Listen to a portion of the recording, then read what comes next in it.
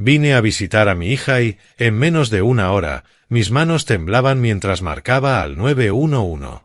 Mientras ella estaba de viaje por trabajo, su ama de llaves me susurró cosas terribles. Un padre amoroso frente a una realidad deslumbrante. Seguí a mi hija y vi algo que olía a traición y a justicia.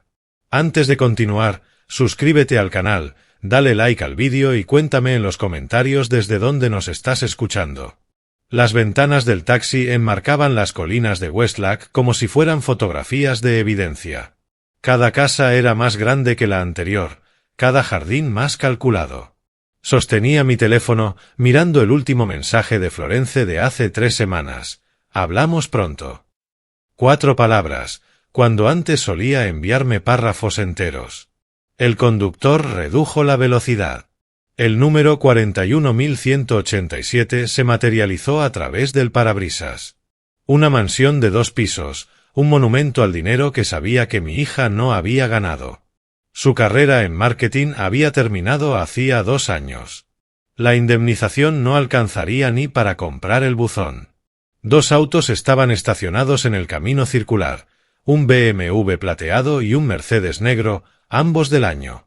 El nudo en mi estómago no tenía nada que ver con el vuelo. La puerta principal se abrió antes de que pudiera tocarla. Douglas estaba allí, con unos pantalones caqui planchados y un polo que probablemente costaba más que mi pasaje. Extendió la mano. «Sterling, llegaste». Su palma estaba seca, su apretón medido. Todo en él se sentía ensayado. «Largo viaje», dije. «Me alegra ver finalmente a Florence». «Ella también tenía muchas ganas de verte», respondió, tomando mi maleta sin esperar y caminando hacia el vestíbulo de mármol. «Entra». Noté que no dijo que él tenía ganas de verme.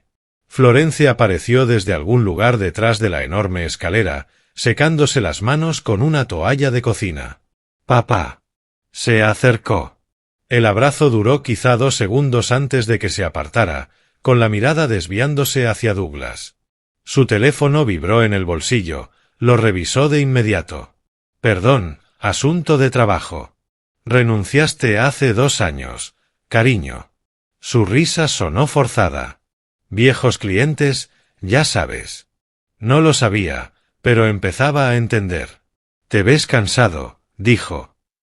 «¿El viaje fue bien?» «Estoy bien. Es bueno verte». 6 meses son demasiado tiempo.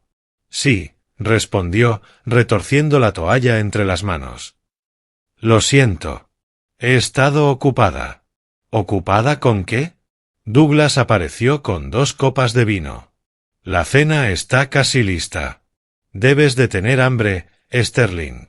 El comedor podía albergar a 12 personas. Nosotros ocupábamos 3 sillas en un extremo, separados por suficiente caoba como para aterrizar una avioneta. La comida era de catering. Reconocí el estilo de los restaurantes de lujo. Florence apenas tocaba su plato. Douglas fue el primero en hablar. «¿Cómo anda tu memoria últimamente?» Dejé el tenedor sobre la mesa. «¿Mi memoria?» Florence mencionó que últimamente olvidas algunas cosas.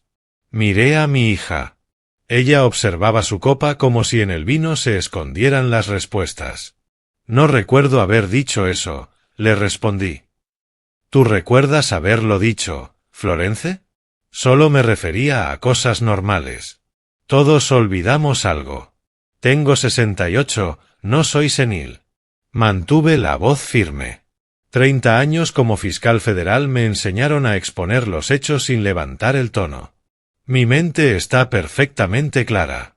Douglas sonrió, pero la sonrisa no llegó a sus ojos. «Por supuesto, solo nos preocupamos por ti. Es importante mantenerse atento a la salud cognitiva». «¿Has visto a un médico últimamente?» «¿Por qué lo preguntas?» «Solo por precaución». El tenedor de Florence chocó contra el plato y no lo volvió a levantar. Decidí cambiar de tema. «He estado pensando en la planificación de mi herencia. La casa de Seattle está tasada en $800,000 ahora.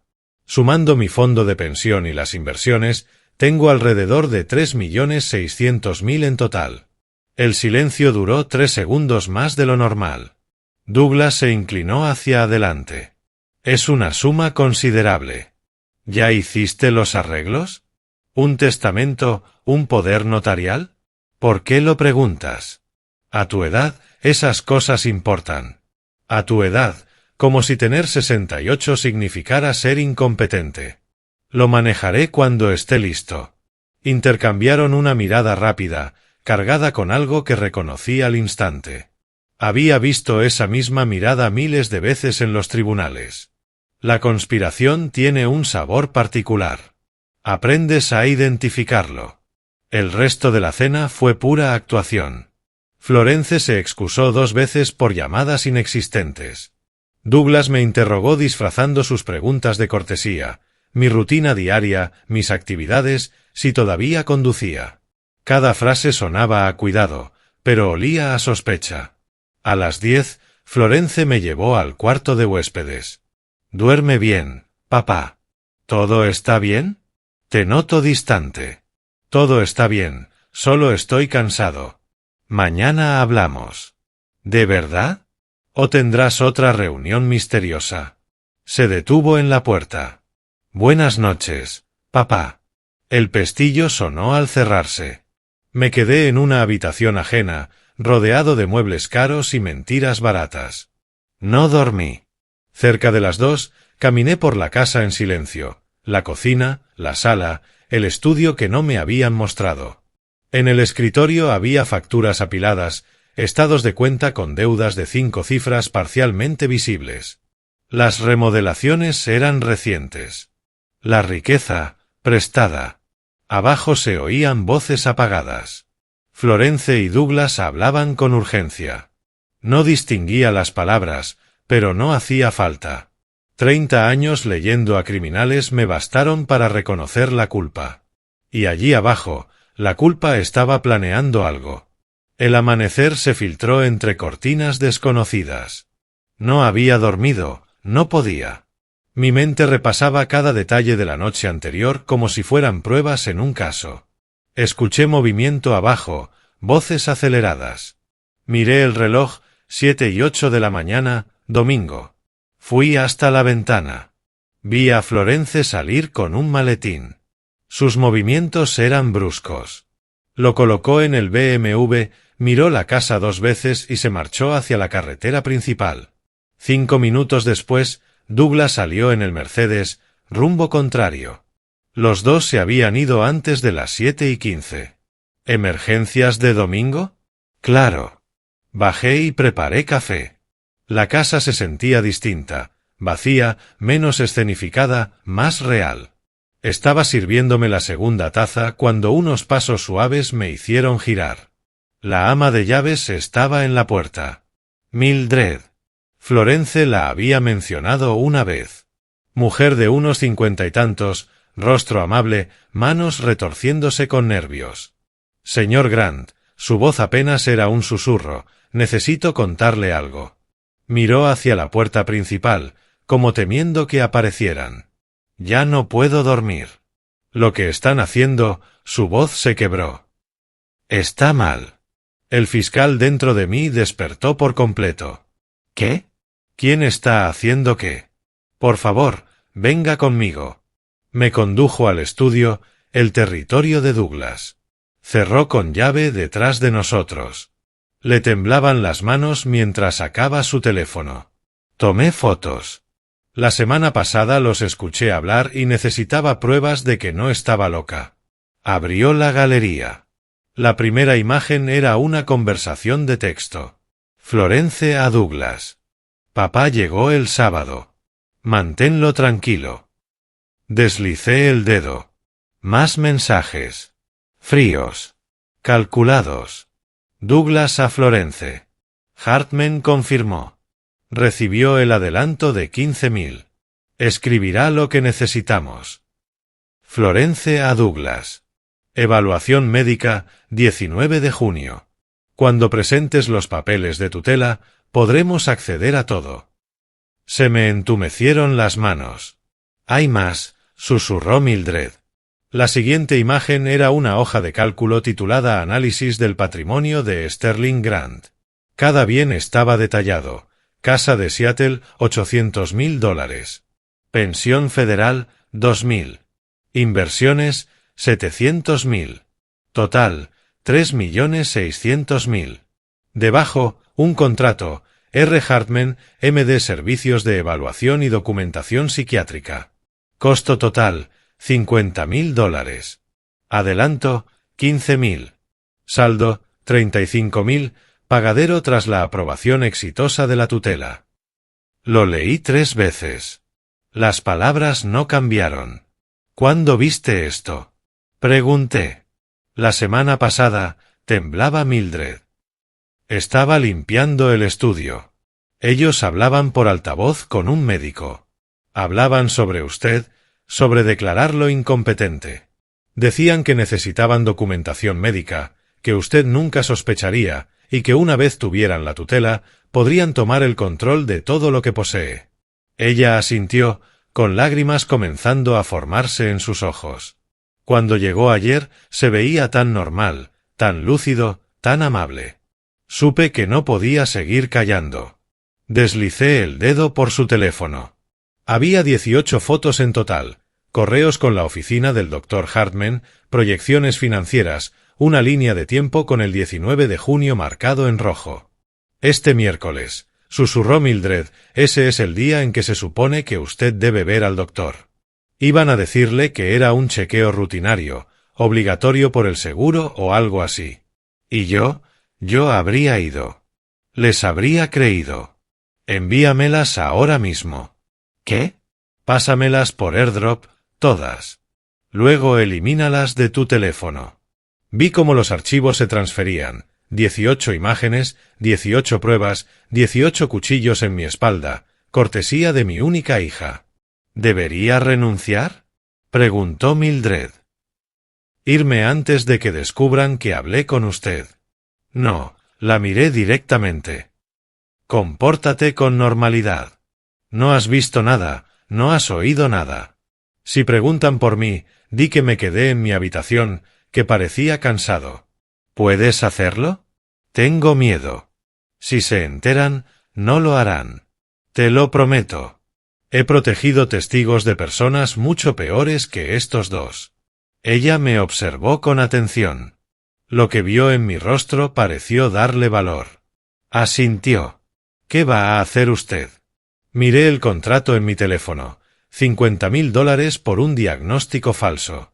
La firma de mi hija en las proyecciones financieras. El sello notarial de Douglas en los documentos preliminares de tutela. Haré lo que siempre he hecho, le respondí. Construir un caso. Ejecutar justicia. Cuando Mildred se fue, me quedé solo en el estudio de Douglas. En la pared colgaba una foto familiar, Florence, su madre y yo en su graduación universitaria. Yo había pagado por ese título, por su primer apartamento, por todo. Y ahora, para ella, solo era una cuenta bancaria con fecha de vencimiento. Algo se endureció dentro de mí. No era ira. Era algo más frío, más preciso. Abrí la lista de contactos de mi teléfono y busqué un nombre que no había marcado en 5 años. Bruce Caldwell, Servicios de Protección para Adultos. Pero no aún. Antes, necesitaba verlo con mis propios ojos. Verlos con ese Dr. Hartman. Necesitaba una certeza absoluta antes de destruir la vida de mi hija. Escuché un coche en el camino de entrada. Florence regresaba. Tenía que actuar con normalidad, ser el anciano confundido que ellos esperaban. Mañana empezaría la caza. Conduje directo al Fairmont. Florence había insistido en que me quedara con ellos. Quédate con nosotros, papá. Tenemos espacio de sobra. Pero ahora todo tenía sentido. Quisieron mantenerme cerca. Controlado. Evitar que descubriera algo. El valet tomó las llaves del coche de alquiler. El ascensor subió hasta el 8º piso. Solo cuando la puerta de la habitación se cerró detrás de mí me permití mirar el teléfono.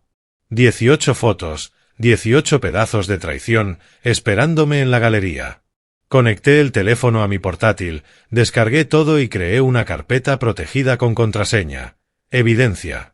Luego abrí un nuevo documento y escribí el encabezado. Cronología de la conspiración. Florence Grant Morrison y Douglas Morrison. 30 años construyendo casos federales me habían enseñado esto. Organiza primero, reacciona después. La primera foto era un intercambio de mensajes fechado el 10 de junio. Florence a Douglas. Papá llega el sábado. Manténlo tranquilo hasta la evaluación. Lo leí 3 veces. Manténlo tranquilo, como si se hablara de sedar al ganado antes del sacrificio. Siguiente. Douglas a Florence, 12 de junio. Hartman confirmó. 15.000 pagados. Diagnóstico garantizado. Garantizado. Habían comprado un diagnóstico de demencia como quien compra víveres. Creé mi propia hoja de cálculo. El Dr. Hartman recibe $50.000 por un diagnóstico falso. La firma de Douglas cobra $80.000 por los trámites de tutela. Costo total para robar $3.600.000, $130.000. Retorno de inversión, 2.669%. Mi hija me había reducido a una transacción comercial. Margen de ganancia excelente. Costo humano incalculable. Me obligué a seguir leyendo. Un documento titulado Distribución de activos posterior a la tutela mostraba su plan. Vender mi casa de Seattle en 6 meses, liquidar todo, vaciar la pensión y dejarme sin nada, mientras fingían protegerme. 2 veces me temblaron las manos. Una, al leer el mensaje de Florence. Cuando papá sea declarado incompetente, por fin podremos respirar financieramente. Y otra, al encontrar una foto que le había enviado a Douglas, era yo, sonriente, en acción de gracias hace 2 años. El texto decía: aquí se ve bastante lúcido. Necesitaremos el diagnóstico de Hartman para que resulte convincente. Ambas veces cerré los ojos, respiré profundo, esperé a que el temblor cesara y continué. Evidencia ahora. Emociones después. Busqué en línea, Dr. Roger Hartman, psiquiatra en Austin. Los resultados aparecieron de inmediato. Oficina en Congress Avenue. Especializado en evaluaciones cognitivas y psiquiatría geriátrica. 3 estrellas, con reseñas que hablaban de citas rápidas y comprensión hacia las preocupaciones familiares. Traducción: escribe lo que le pagues por escribir. Abrí la vista de calle, edificio antiguo, grandes ventanales, consultorios en planta baja. Hice una captura de pantalla y la añadí a la carpeta de evidencias. Mañana lo vería con mis propios ojos. Alrededor de las 4, llamé a Bruce Caldwell. Habíamos trabajado juntos 5 años atrás en un caso de fraude de Medicare en Seattle. Contestó al tercer tono. Sterling Grant, no lo puedo creer. 5 años, ¿eh? ¿Aquel caso de fraude de Medicare? Destruiste a ese equipo de defensa. ¿Cómo va la jubilación? Más tranquila de lo que esperaba, dije con tono casual. Oye, ¿sigues en servicios de protección para adultos en Austin? 23 años ya. ¿Por qué? ¿Piensas mudarte a Texas? Rey. Solo curiosidad. Viejos hábitos. Me gusta saber dónde terminan los colegas. Bueno, si alguna vez necesitas algo por aquí, sabes a quién llamar. Anoté mentalmente ese detalle. Bruce estaría en la posición perfecta para ayudar cuando llegara el momento, pero aún no. Primero necesitaba pruebas irrefutables. Te lo agradezco, Bruce. En serio. Ya nos pondremos al día con calma. Colgué. Las piezas empezaban a acomodarse. A las 7 de la tarde, mi teléfono vibró. Mensaje de Florence. Papá, mañana pasemos el día juntos. Quiero enseñarte Austin. Hay un lugar de desayuno genial en el centro. Miré el texto. La manipulación ahora era evidente. Mantenerme ocupado, impedir que investigara, conservar el control. Esperé 5 minutos antes de responder. Suena maravilloso, cariño. Me encantaría. Su respuesta llegó enseguida. Perfecto. Te recojo a las 9. En realidad me siento un poco cansado, escribí. Tal vez duerma hasta tarde. ¿Podemos verlo sobre la marcha? Esta vez la pausa fue más larga, 12 segundos. Estaba consultando con Douglas. Por supuesto. Solo mándame un mensaje cuando despiertes. ¿Te sientes mejor? Miré la pantalla. Me sentiré mejor cuando te vea entrar a ese consultorio. Llamé a recepción y extendí mi estadía hasta el viernes, quizás sábado.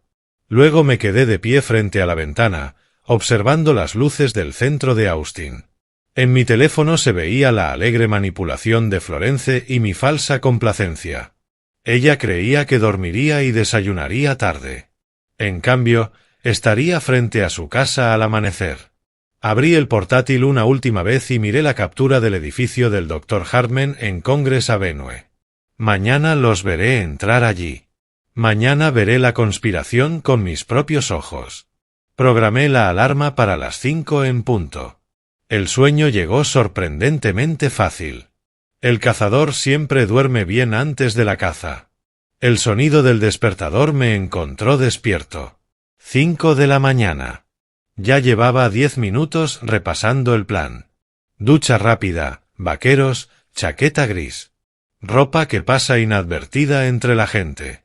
El café del hotel sabía a cartón, pero la cafeína era necesaria. A las 6:15 estaba en el vestíbulo.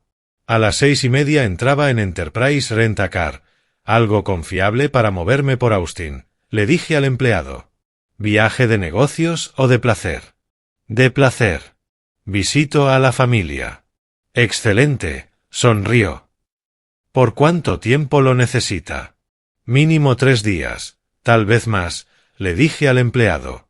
Tengo un Camry, un Corolla o algo más grande. El Camry está perfecto. Confiable y fácil de olvidar. El hombre se echó a reír.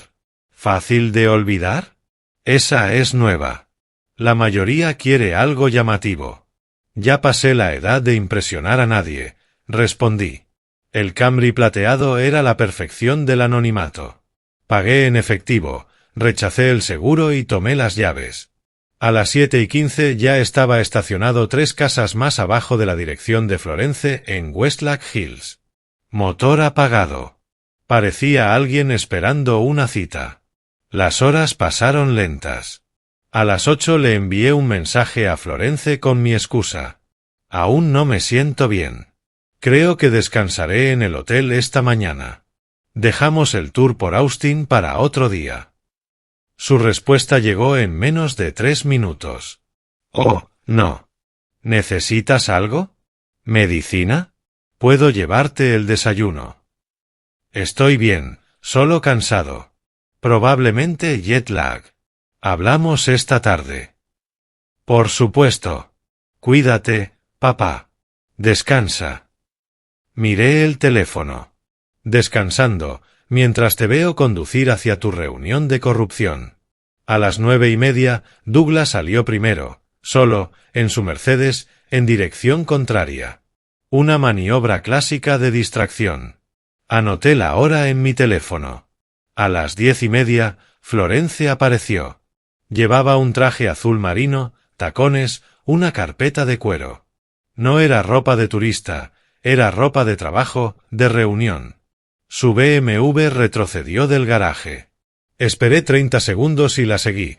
3 autos detrás, la distancia ideal aprendida de mis colegas del FBI hace décadas. Florence conducía con confianza, sin imaginar nada. Tomó la autopista hacia el centro y salió por Congress Avenue. Sentí el pulso acelerarse, justo donde estaba la oficina del Dr. Hartman. Estacionó en el aparcamiento del edificio médico. Pasé de largo, di la vuelta a la manzana y aparqué frente a la entrada, con una vista perfecta. 11 en punto. Lo habían planeado con precisión. El Mercedes de Douglas se detuvo junto al BMW. Salió del coche y se dirigió hacia el edificio. Desde el vestíbulo, Florence apareció. Había entrado antes y esperado. Se encontraron fuera, Intercambiaron unas palabras que no pude oír y entraron juntos. A través de las puertas de cristal los vi mirar el directorio y dirigirse al ascensor. Tercer piso.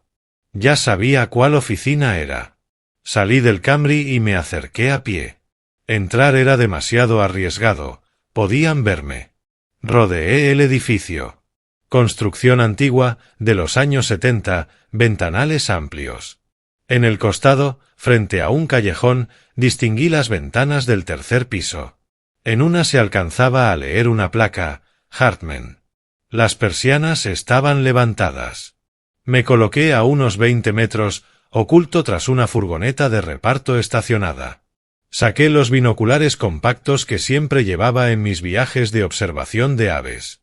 A través del cristal vi un escritorio y 3 personas, Florence y Douglas sentados frente a un hombre con bata blanca.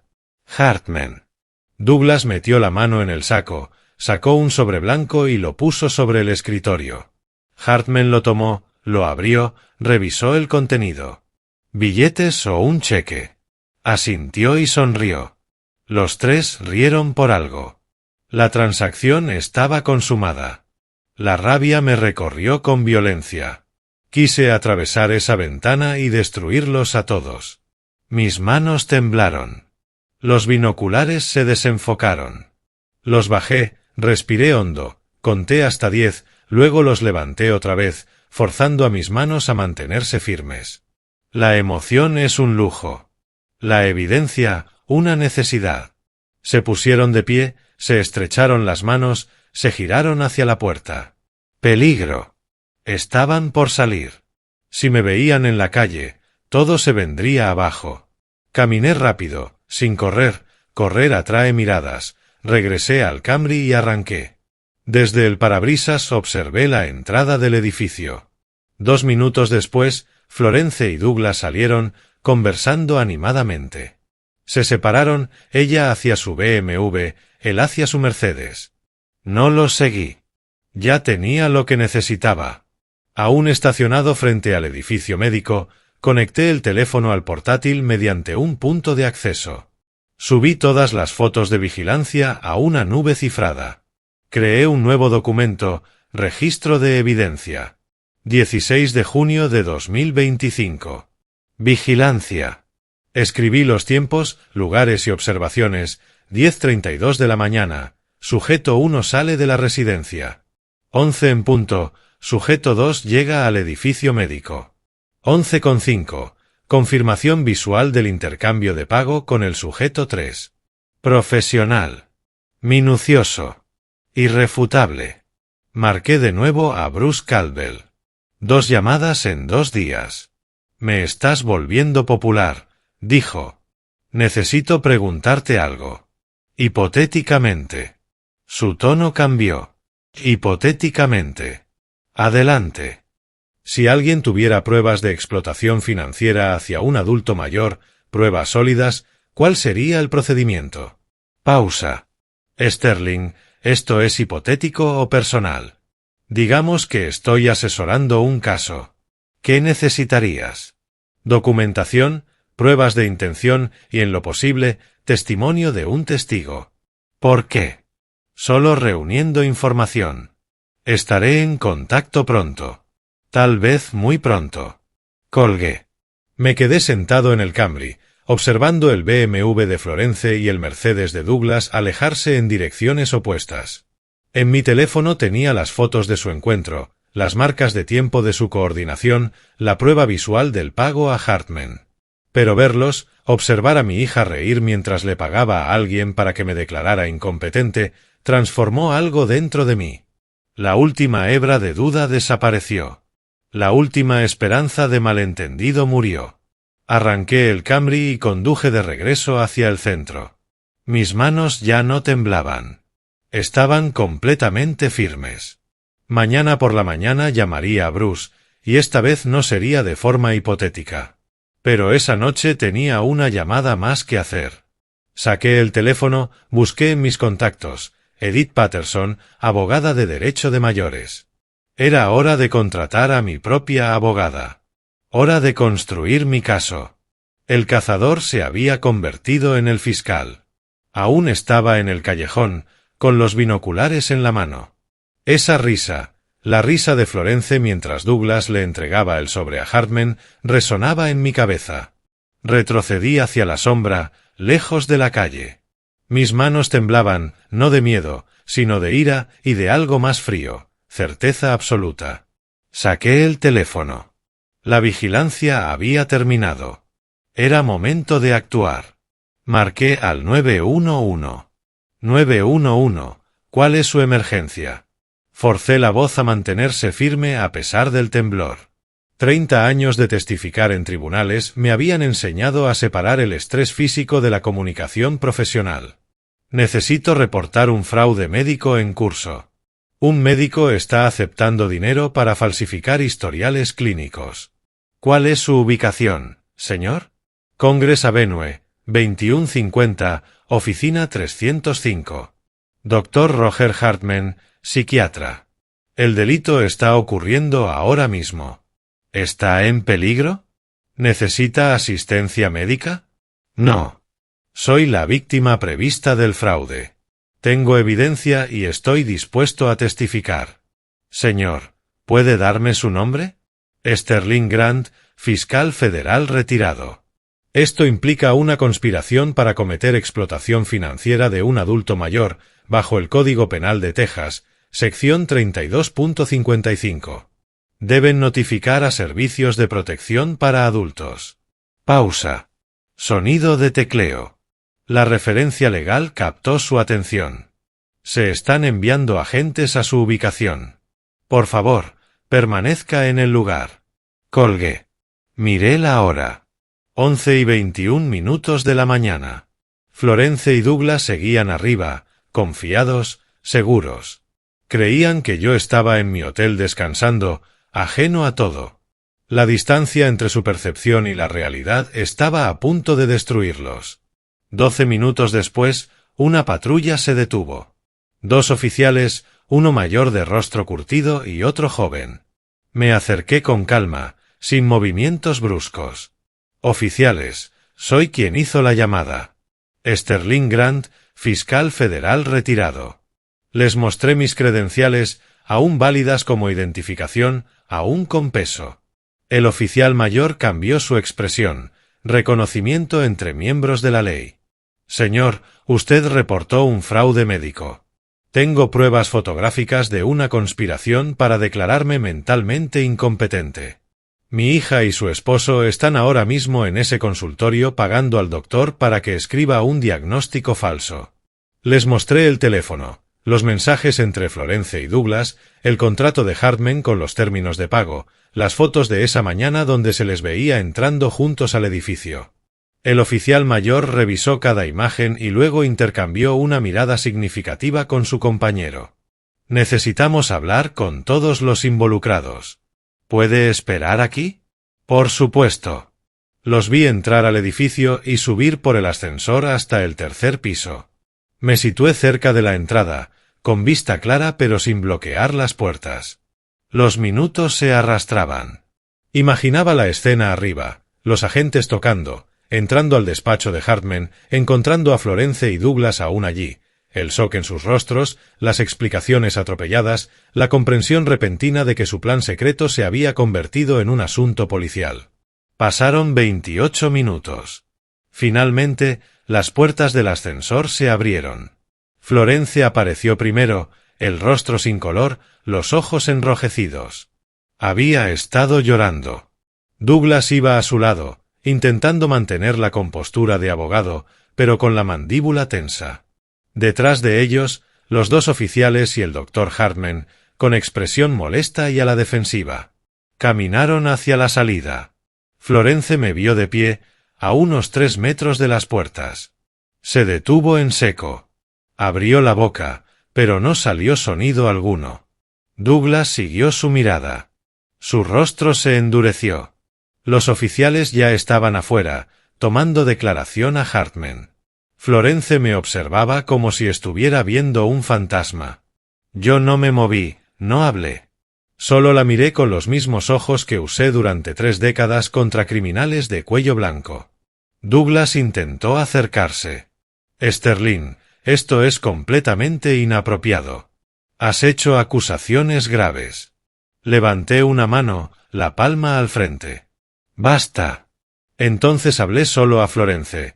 Esta noche, a las 9, en tu casa. Vamos a tener una conversación sobre exactamente lo que has hecho. Me di media vuelta, caminé hasta mi Camry alquilado, subí y encendí el motor. A través del parabrisas, la vi allí, de pie, entre las ruinas de su conspiración, cubriéndose el rostro con las manos, los hombros temblando. Douglas tenía el teléfono en la oreja, seguramente llamando a un abogado. Conduje alejándome del edificio. El oficial mayor me detuvo antes de que me marchara. Señor Grant, hemos tomado declaración a todas las partes. Esto se investigará. Entiendo el proceso, respondí. Presentaré una denuncia formal ante Servicios de Protección para Adultos hoy mismo. Señor, debo preguntarle. ¿Está seguro? Dadas las acusaciones, ¿se siente amenazado? Me hospedo en el Fairmont, en el centro. No tienen acceso ni a mis finanzas ni a mi persona. Estoy tomando precauciones legales. El agente más joven intervino. Si intentan contactarlo, documente todo. Conozco el procedimiento, oficial. Gracias por su rápida respuesta. El mayor asintió, y vi en sus ojos algo parecido al respeto. Señor, entre nosotros, he visto este tipo de explotación antes. Usualmente la víctima no se da cuenta hasta que ya es demasiado tarde. Usted se les adelantó.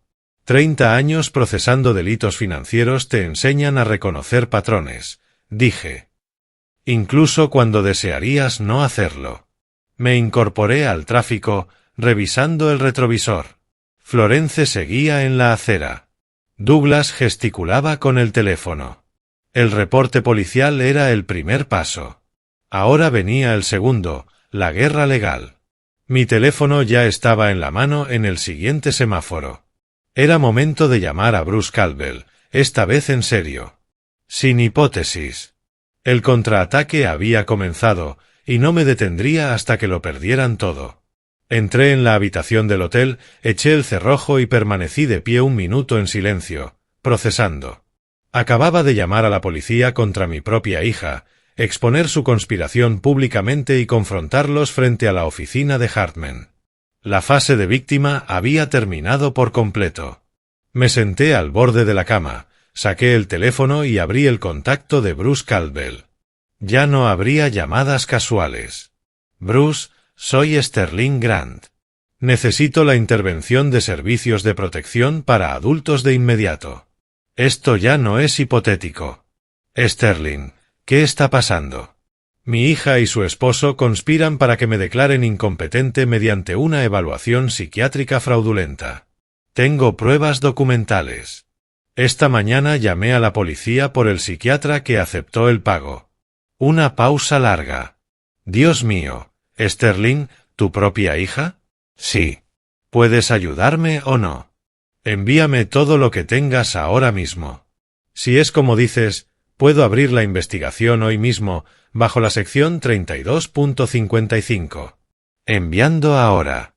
18 fotos más la documentación de vigilancia. Bruce, planeaban robar $3.600.000. Escuché el tecleo al otro lado. Estoy viendo todo. Sterling, esto es un caso de manual. Explotación evidente. Una conspiración clara. Necesitas asesoría legal inmediata. Ya estoy en eso. ¿Puedo contar con el apoyo de APS? Absolutamente. La investigación comienza hoy. Necesitaré una declaración formal mañana. La tendrás. Y, Bruce, gracias por tomarlo en serio. Colgué y abrí el navegador. Busqué.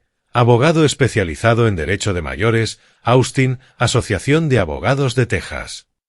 Filtré resultados. Debía especializarse en explotación de ancianos, tener experiencia en litigios y disponibilidad inmediata.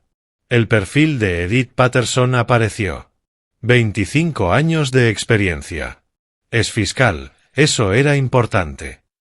Múltiples casos exitosos de abuso a mayores. Llamé a su oficina. La señorita Patterson está completamente ocupada esta semana. Puedo agendarlo para el próximo martes. Dígale que soy Sterling Grant, fiscal federal retirado con 30 años de experiencia. Tengo un caso activo de explotación de adulto mayor. La policía intervino esta mañana. Necesito una consulta de emergencia hoy. Señor, la agenda de la señorita Patterson, dígale que pagaré tarifa premium. Esto no puede esperar. Mi hija intenta robar mi patrimonio mediante una declaración de incompetencia fraudulenta. Pausa. Un momento, por favor. 2 minutos después. Señor Grant, la señorita Patterson puede recibirlo a las 4 de la tarde. La consulta cuesta 500 por hora. La tomaré. Llegaré temprano. La oficina de Edith Patterson olía a cuero, libros de derecho y café. Tenía 62 años, mirada aguda y un apretón de manos firme. Señor Grant, me dijo que era urgente. Cuénteme todo. Lo hice.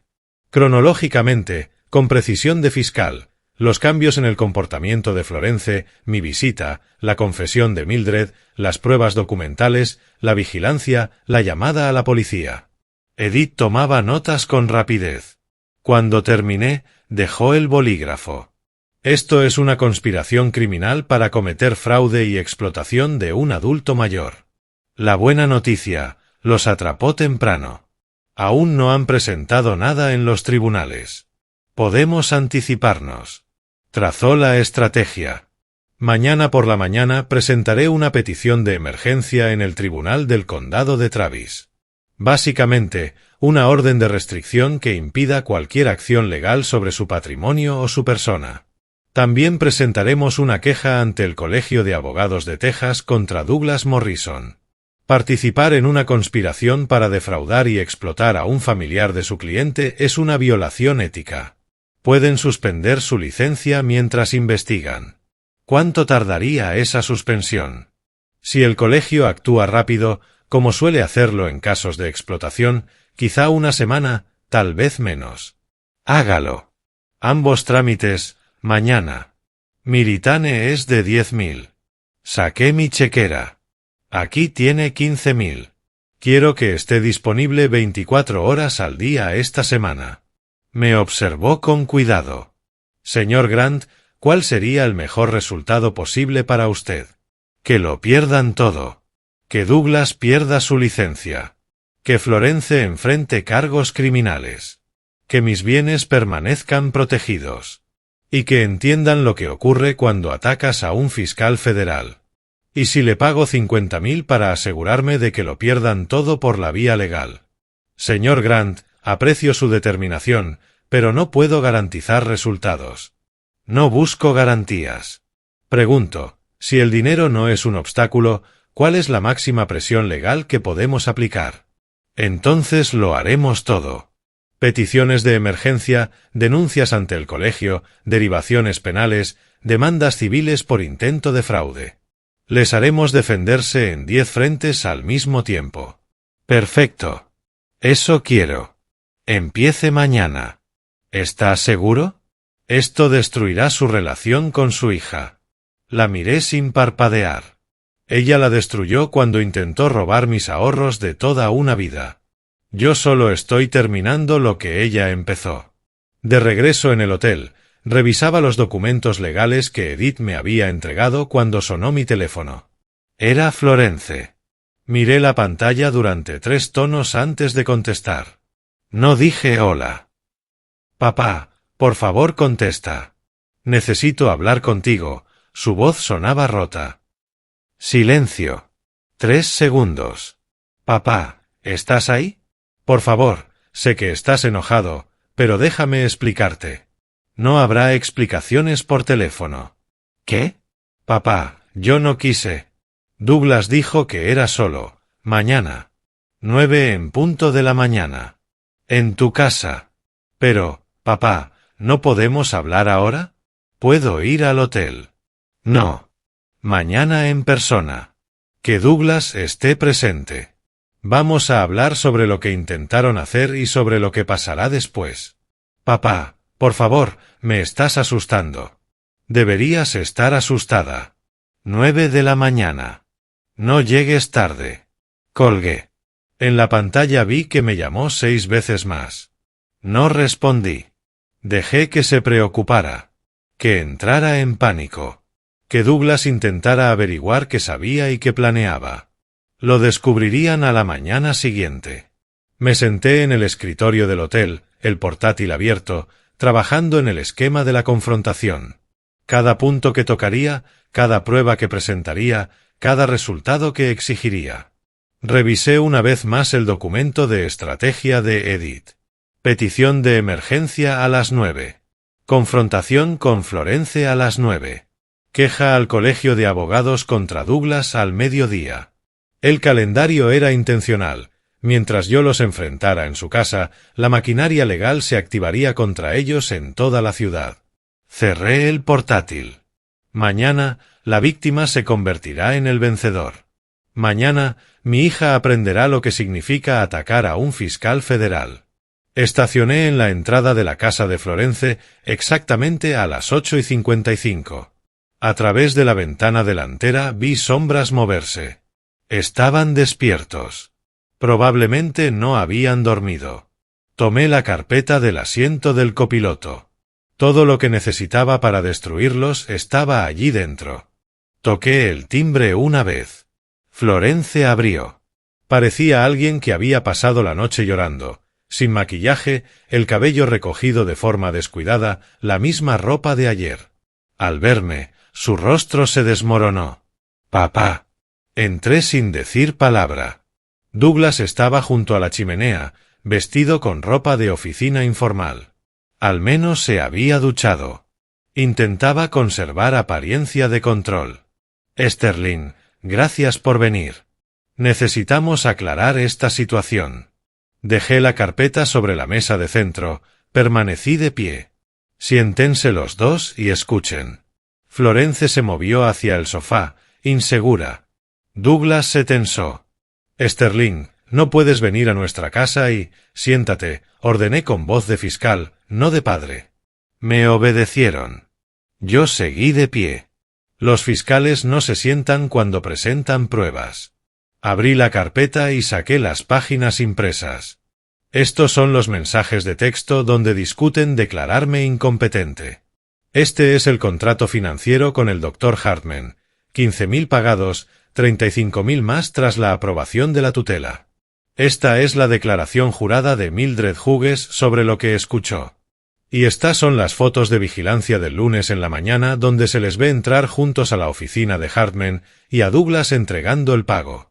Coloqué cada documento sobre la mesa con precisión. Florence los miraba sin poder hablar. La mandíbula de Douglas se endureció. Servicios de Protección para Adultos abrió una investigación oficial ayer. Los contactarán dentro de 72 horas. El Colegio de Abogados de Texas recibirá esta mañana una queja ética contra ti, Douglas. El Dr. Hartman está bajo investigación por la Junta Médica y la Policía de Austin. Florence se puso de pie de golpe y corrió hacia mí.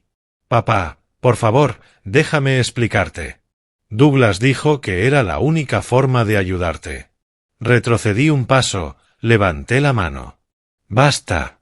¿Ayudarme? Calculaste mi patrimonio hasta el último dólar. Planeaste vender mi casa en 8 meses. Compraste un diagnóstico falso como quien compra un coche. Florence lloraba sin control. Nunca quise hacerte daño. Solo, necesitábamos dinero. Mi voz se volvió hielo. Necesitaban dinero, así que decidieron robar el mío. Mientras yo aún estaba vivo para verlo. Las palabras quedaron flotando en el aire. Florence se dejó caer en el sofá, sollozando. Douglas se inclinó para consolarla, pero lo detuve. «No la toques. No la consueles. Tú la convertiste en una ladrona». El rostro de Douglas se endureció más. Perdía el control. Cambió de táctica. «Sterling, no puedes probar la intención. Los mensajes pueden malinterpretarse. Las consultas psiquiátricas no son ilegales. Está sacando conclusiones basadas en información incompleta. Sonreí, pero la sonrisa no llegó a mis ojos. Fui fiscal federal durante 30 años. Construí carreras con información incompleta. Sé exactamente lo que tengo. Douglas se inclinó hacia adelante. Su voz se volvió calculada, peligrosa. Y yo sé lo siguiente. Tienes 68 años, apareces en edificios médicos con binoculares, llamas a la policía por conspiraciones y afirmas que tu propia hija quiere robarte.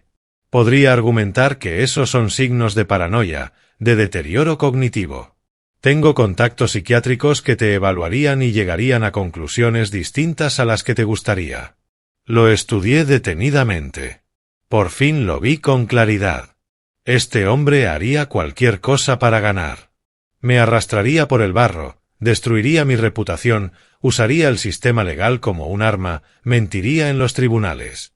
No iba a retroceder. Estaba escalando. Florence lloraba en el sofá, rota. Pero Douglas se preparaba para la guerra. Hice mi cálculo. Seguir discutiendo no ganaría nada. Debían ser derrotados públicamente, sin espacio para la manipulación. Tomé la carpeta. Guardé los documentos, miré a Florence una última vez. Lloraba entre las manos, los hombros temblando. Por un instante sentí algo, pero recordé su risa en la oficina de Hartman. El momento se desvaneció. Caminé hacia la puerta, la abrí sin mirar atrás. Escucharás de mi abogada. La puerta se cerró tras de mí. En el Camry, marqué a Edith Patterson antes de encender el motor. Douglas acaba de amenazar con seguir adelante con la petición de tutela, dije. Va a afirmar que soy paranoico y delirante. Necesitamos una trampa más grande, algo público y definitivo. La voz de Edith fue serena. Reúnete conmigo en mi oficina en 30 minutos. Trae a Bruce Caldwell si puede. Es hora de terminar esto por completo. Salí del camino de entrada y vi la casa desvanecerse en el espejo retrovisor.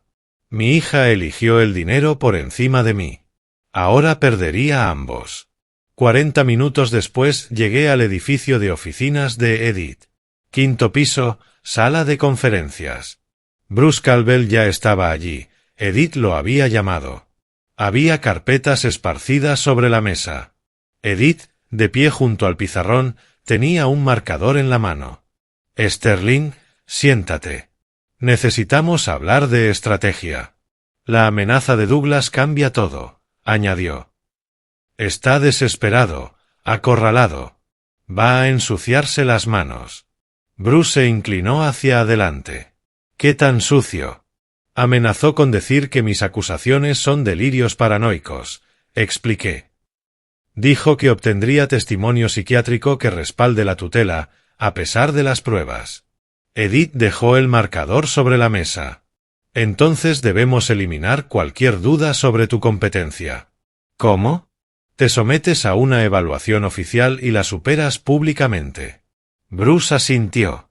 Tengo autoridad, bajo APS, para ordenar evaluaciones de bienestar de emergencia cuando se sospecha explotación. Emitiré la orden esta noche para mañana por la mañana. Y ellos tendrán que asistir. La ley de Texas exige que las partes interesadas estén presentes en las evaluaciones relacionadas con tutelas. Si no se presentan, pierden su derecho a hacer reclamos sobre tu capacidad. Edith se acercó al pizarrón y comenzó a dibujar. Así que entran a la sala pensando que es una entrevista rutinaria, y en cambio encuentran a un representante del colegio de abogados, a un detective de policía y a un psiquiatra independiente listos para evaluarte. Me recliné en la silla. Entrarán en pánico.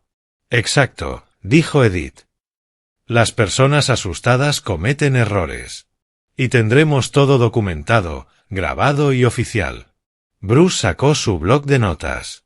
Mañana, miércoles 18 de junio, 9 en punto de la mañana, en la Oficina de Servicios de Protección para Adultos. Asistentes, leyó Edith en voz alta, escribiendo en el pizarrón. Sterling, obviamente. Florence y Douglas, obligatorios como partes interesadas. La doctora Edith Monroe, psiquiatra independiente contratada para una evaluación neutral. Un representante del Colegio de Abogados del Estado para abordar la queja ética. Un detective del Departamento de Policía de Austin en relación con la investigación por fraude. Trazó líneas conectando a cada uno de los nombres en el pizarrón.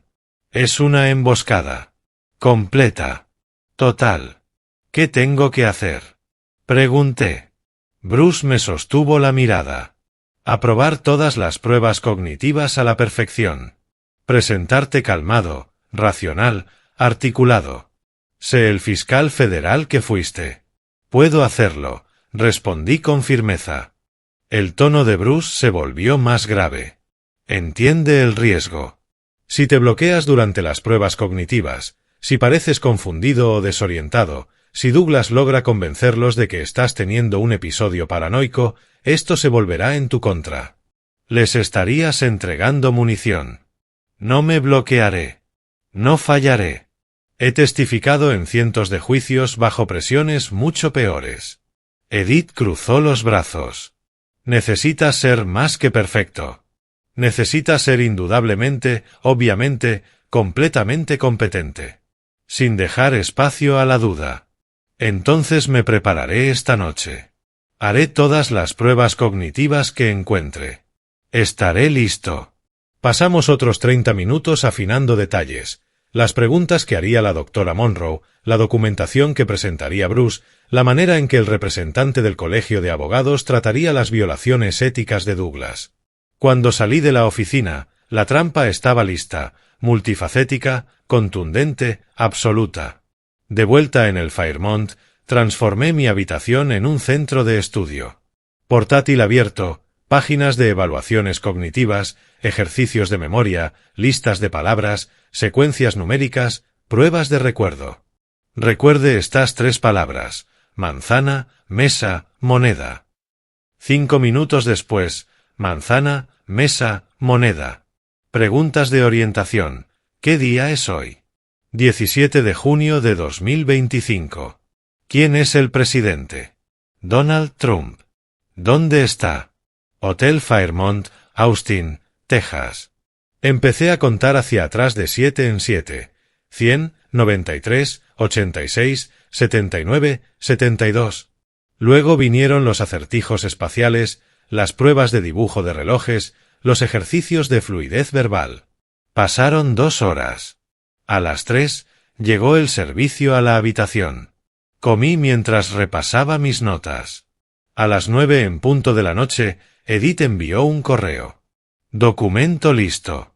Tu patrimonio se transferirá a la Fundación Justicia para los Mayores tras tu fallecimiento. Florence no recibirá nada. Lo leí 2 veces. Firmé electrónicamente y lo devolví. Ella había querido mi dinero con tanta desesperación que destruyó nuestra relación. Ahora no tendría ni una cosa ni la otra. A las 11 de la noche, mi teléfono vibró. Un mensaje de Florence. Papá, por favor contesta. Haré lo que sea. Podemos arreglarlo juntos. Lo leí. Mi pulgar flotó sobre el teclado. Una parte de mí, una parte pequeña, moribunda, quiso responder. Quiso darle una oportunidad de disculparse. Entonces recordé su mensaje a Douglas. Una vez que declaren incompetente a papá, por fin podremos respirar financieramente. Cerré la conversación sin contestar. Ella tomó su decisión. Mañana viviría con las consecuencias. Programé 2 alarmas. Coloqué mi ropa para el día siguiente. Pantalones grises, camisa blanca, chaqueta azul marino. Profesional, sin exagerar. Practiqué una última ronda de pruebas cognitivas antes de acostarme. Puntajes perfectos. Me quedé en la oscuridad mirando el techo. Mañana, a las 9 en punto, todo terminaría. Florence y Douglas creían que asistirían a una simple entrevista de rutina con servicios de protección para adultos. En cambio, entrarían en una sala con un representante del Colegio de Abogados, un detective, una psiquiatra independiente, todas las autoridades, toda la evidencia, todo a la vez. Y yo probaría, sin lugar a duda, que estaba perfectamente cuerdo, que su conspiración era un crimen, no una preocupación, que no era la víctima, era el fiscal. Mi último pensamiento antes de dormir fue: intentaron robarme la vida. Mañana, yo tomaré la suya. La alarma estaba lista. La trampa también. La justicia llegaría a las 9 de la mañana. Miércoles, 8:45. Me encontraba frente al edificio de servicios de protección para adultos en el centro de Austin. Pantalones grises, camisa blanca, blazer azul. Profesional, sereno, preparado. A través de las puertas de cristal vi a Bruce Caldwell ordenando la sala de conferencias. Una mesa grande, 9 sillas, una pantalla de presentación, una cámara de vídeo sobre un trípode. Edith Patterson llegó con su portafolio. Asintió. No dijimos nada. Todo había sido dicho el día anterior.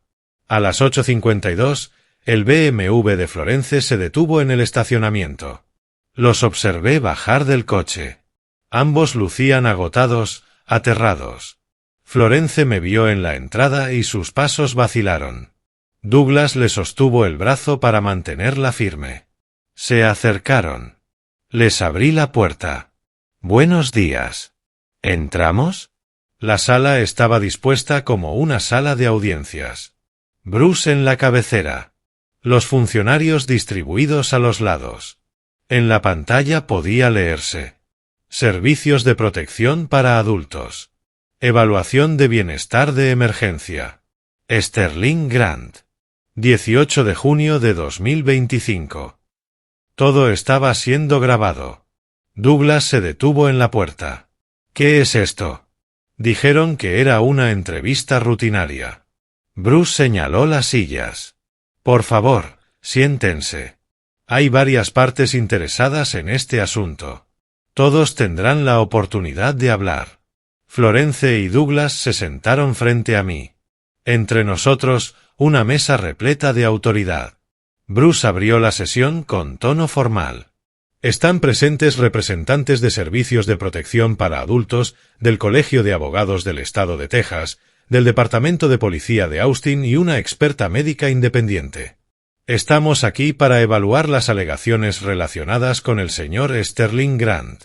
Douglas intentó interrumpir. Antes de comenzar, quiero aclarar, señor Morrison, tendrá su turno para hablar, lo cortó Bruce. Primero presentaremos las pruebas que motivaron esta evaluación. Hizo clic en el control remoto. La pantalla mostró un mensaje de texto ampliado de Florence. Papá llega el sábado. Manténlo calmado hasta la evaluación. Florence murmuró: no, no, no, no. Siguiente diapositiva. Respuesta de Douglas. Hartman confirmó. Diagnóstico garantizado. Después, el contrato de Hartman. 15.000 de anticipo.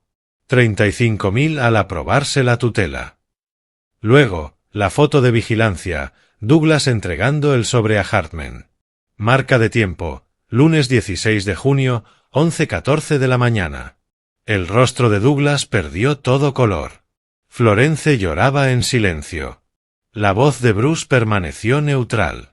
Estas comunicaciones fueron proporcionadas por una testigo de su hogar.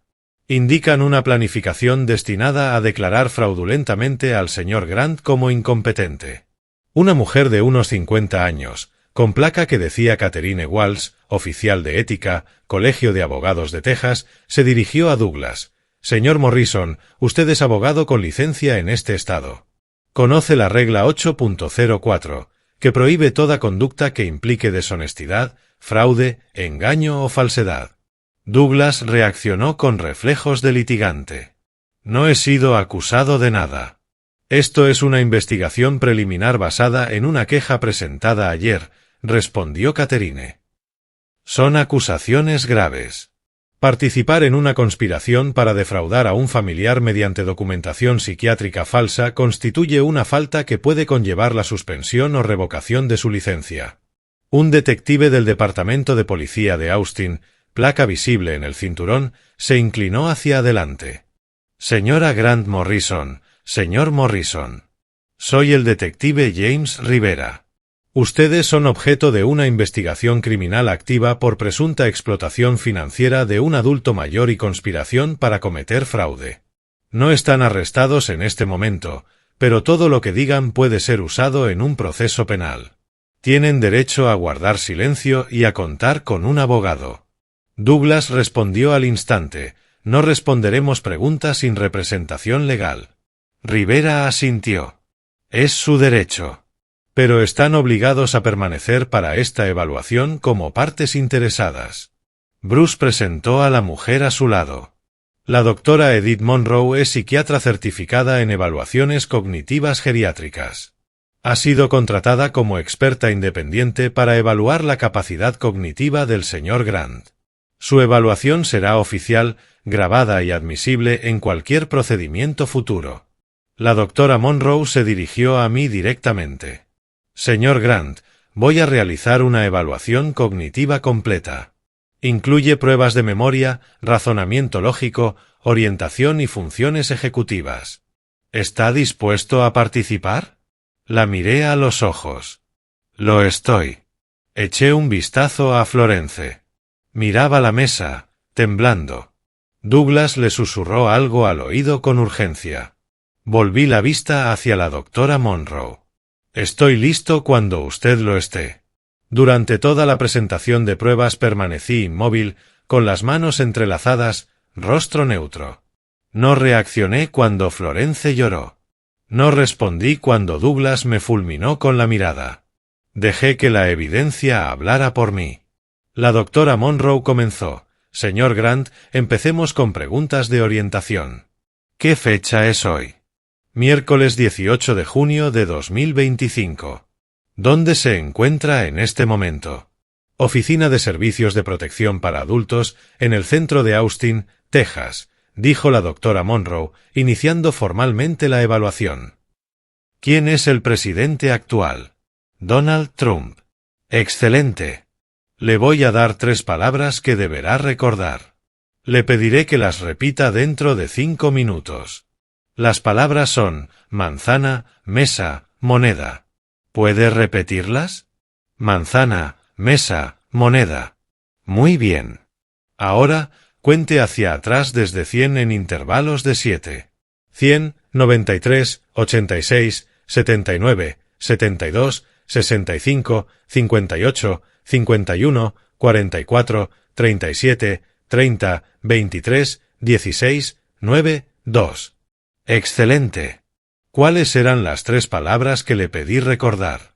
Manzana, mesa, moneda. Florence dejó escapar un pequeño sonido, mitad sollozo, mitad jadeo.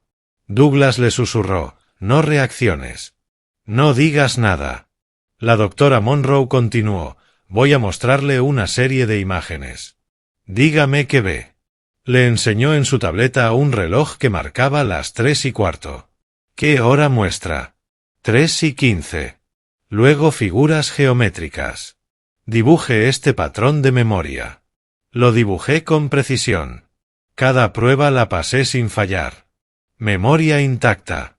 Razonamiento agudo. Orientación perfecta. Florence observaba cómo su conspiración se derrumbaba en tiempo real. Douglas permanecía rígido, sabiendo que su carrera legal estaba terminando. La evaluación continuó, metódica y devastadora. Yo demostraba exactamente lo que había preparado durante 16 horas. No era una víctima confundida, sino un fiscal federal lúcido, capaz y completamente competente, que había descubierto a su hija intentando robarle. Y ahora, en una audiencia oficial con todas las autoridades presentes, lo estaba demostrando sin sombra de duda. La doctora Monroe dejó la tableta sobre la mesa. Hizo una pausa. El aire se llenó de tensión dramática antes de que hablara con voz clara y formal. Basado en la evaluación cognitiva integral realizada esta mañana, puedo afirmar con certeza médica que el señor Sterling Grant presenta plena capacidad cognitiva. Su memoria, razonamiento, orientación y funciones ejecutivas están dentro de los rangos normales para su edad. No hay señales de demencia, deterioro cognitivo ni capacidad disminuida. Es completamente capaz de tomar decisiones independientes respecto a su persona y sus bienes. Las palabras quedaron suspendidas en el aire como un veredicto. La cabeza de Florence cayó entre sus manos. Douglas miraba la mesa, la mandíbula tensa. Yo me mantuve inmóvil. Dentro de mí, 30 años de experiencia procesando casos culminaban en ese instante. Bruce tomó la palabra. Entonces, no requiere tutela ni intervención protectora alguna. Ninguna, confirmó la doctora Monroe. Está plenamente capacitado para manejar todos sus asuntos personales y financieros. Douglas intentó una última maniobra desesperada. ¿Podría haber signos tempranos que las pruebas estándar no detecten? No, lo interrumpió la doctora Monroe con firmeza. Llevo 25 años realizando estas evaluaciones. La función cognitiva del señor Grant es superior para su edad. Cualquier insinuación de deterioro sería médicamente infundada. Silencio. La base de su conspiración se desintegraba. El detective Rivera se puso de pie. Señora Grant Morrison, señor Morrison, dijo con voz firme, con base en la evidencia presentada hoy y la investigación en curso, se remitirán cargos penales a la Fiscalía del Condado de Travis. Están siendo investigados por explotación financiera de un adulto mayor bajo el Código Penal de Texas, sección 32.55, delito grave de tercer grado castigable con entre 2 y 10 años de prisión. También enfrentan cargos por conspiración para cometer fraude, alteración de documentos públicos e intento de robo mediante engaño. Colocó sus tarjetas sobre la mesa. Necesitarán abogados defensores. Aquí tienen información de contacto de la oficina del defensor público, en caso de no poder costear uno privado. El silencio era absoluto. Florence susurró, ¿qué significa eso? Significa, respondió Rivera con frialdad, que, si son declarados culpables, la pena mínima es de 2 años y la máxima de 10 en prisión estatal, además de multas y restitución. Florence se volvió hacia mí, desesperada. Papá, puedes detener esto. Diles que no quieres presentar cargos. Esto no es un asunto civil. Son cargos criminales. El estado de Texas los procesa, no yo. Yo solo soy testigo. Pero si testificas que nos perdonas, no mentiré en un tribunal. Intentaron robarme. El Estado los procesará. Catherine Walsh se dirigió entonces a Douglas. Señor Morrison, se ha presentado una queja formal de ética en su contra. Con base en la evidencia expuesta hoy, recomiendo su suspensión temporal inmediata de la licencia para ejercer la abogacía hasta la audiencia disciplinaria completa. Douglas recobró la voz. He ejercido la abogacía durante 18 años sin una sola queja. Hasta que conspiró para defraudar a su suegro con documentación psiquiátrica falsa, respondió Catherine. Eso es motivo de inhabilitación. Lucharé contra esto. Tengo contactos. Sus contactos no lo ayudarán cuando la evidencia es tan clara. Participó en una conspiración criminal. El colegio no tolera abogados que cometen delitos contra su propia familia. Hizo una pausa. Su licencia queda suspendida inmediatamente. No puede ejercer la abogacía a partir de este momento. Douglas murmuró, derrotado, necesito hacer unas llamadas. Hágalo fuera de la profesión legal, respondió Catherine. Ha terminado su carrera. Florence se levantó de golpe, la silla chirrió. Sus ojos, rotos y desesperados, se clavaron en los míos. Papá, por favor. Sé que estuve mal. Sé que te hice daño, pero sigo siendo tu hija. No hagas esto, por favor. Su voz se quebró. Pasaré el resto de mi vida intentando compensarte. Solo, no dejes que me metan en prisión. Por favor, papá. La miré de pie, al otro lado de la mesa. 3 segundos de silencio. Dejaste de ser mi hija el día que contrataste a alguien para declararme loco por dinero. Douglas me manipuló. Dijo que era la única forma, deja de culparlo. Tú escribiste esos mensajes. Tú asististe a esa reunión. Tú reíste en la oficina de Hartman. Tú lo elegiste. Pasaré mi vida intentando enmendarlo. Pasarás los próximos años en prisión. Eso es lo que les ocurre a quienes explotan a los mayores. Ella se quebró por completo. Por favor, te amo. Mis últimas palabras fueron simples, devastadoras. Tú no me amas a mí. Amas mi dinero. No es lo mismo. Adiós, Florence. Salí sin mirar atrás. A mis espaldas, la escuché desplomarse sobre la silla, llorando. Bruce cerró la sesión con tono oficial. Basado en la evaluación de la doctora Monroe, Servicios de Protección para Adultos determina que el señor Sterling Grant no requiere tutela ni intervención protectora de ningún tipo. Este caso se da por cerrado respecto a su capacidad. Sin embargo, la evidencia de intento de explotación ha sido remitida a las autoridades competentes. Se levanta la sesión. Antes de irnos, Edith Patterson entregó a Florence y Douglas un documento a cada uno. Esta es la notificación formal de que el señor Grant ha modificado su testamento. Su patrimonio se transferirá, al momento de su fallecimiento, a la Fundación Justicia para los Mayores. Ustedes quedan expresamente excluidos como beneficiarios. Es irrevocable. El golpe final. Una semana después, estaba sentado en la terraza de mi casa en Seattle. El café enfriándose a mi lado, el portátil abierto, la vista del Puget Sound extendiéndose hasta las montañas. Un correo de Edith Patterson, asunto, actualización final. Caso Morrison. 3 puntos clave. Douglas Morrison, licencia de abogado revocada permanentemente por el Colegio de Abogados de Texas. No puede ejercer en ninguna jurisdicción. Dr. Roger Hartman, licencia médica revocada de forma definitiva. Bajo investigación de la DEA por otras recetas fraudulentas. Florence Grant Morrison y Douglas Morrison, cargos formales presentados. Explotación financiera de un adulto mayor, conspiración para cometer fraude e intento de robo superior a $300.000. Pena potencial combinada, de 2 a 10 años de prisión cada uno. Juicio programado para octubre de 2025. Cerré el portátil. En el horizonte, los veleros cruzaban el agua. Las gaviotas sobrevolaban el puerto. La vida seguía con normalidad, para todos, excepto para Florence. Mi única hija enfrentaba la cárcel. Mi única familia había desaparecido. Pensé en ella de niña, brillante, amorosa, llena de potencial. Luego recordé su risa en la oficina de Hartman, comprando un diagnóstico falso para robarle a su propio padre.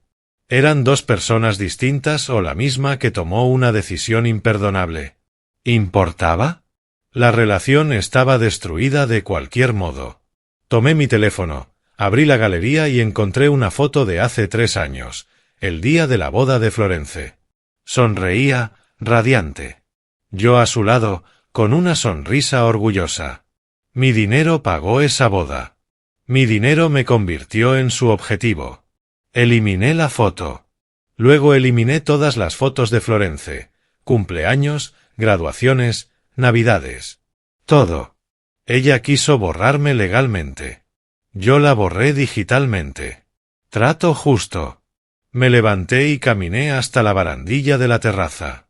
Los casos estaban cerrados. Mis bienes, protegidos. Mi testamento dejaba todo a la fundación que ayudaba a otras víctimas. Florence no recibiría nada, ni en 1 año ni en 20. Había ganado completamente. Legalmente. La justicia se había hecho. Pero la victoria sabía a ceniza. Salvé mi dinero y mi libertad. El precio fue mi hija. Mi familia. ¿Valió la pena? Pensé en su mensaje, por fin podremos respirar cuando declaren incompetente a papá. Mi respuesta se solidificó. Sí. Valió la pena. Ella no me veía como a un padre, sino como a un obstáculo para su herencia. Mejor no tener hija que tener una que te ve como un cajero con fecha de vencimiento. Me giré hacia la casa. Mi casa. Mi dinero. Mi vida. Protegida. Segura. Sola, pero mía. Eso tendría que bastar. Justo. No feliz. Justo. Puedo vivir con lo justo. Si te gustó esta historia, dale me gusta al vídeo, suscríbete al canal y comparte tus impresiones en los comentarios. Para escuchar la siguiente historia, haz clic en el recuadro de la izquierda. Gracias por ver.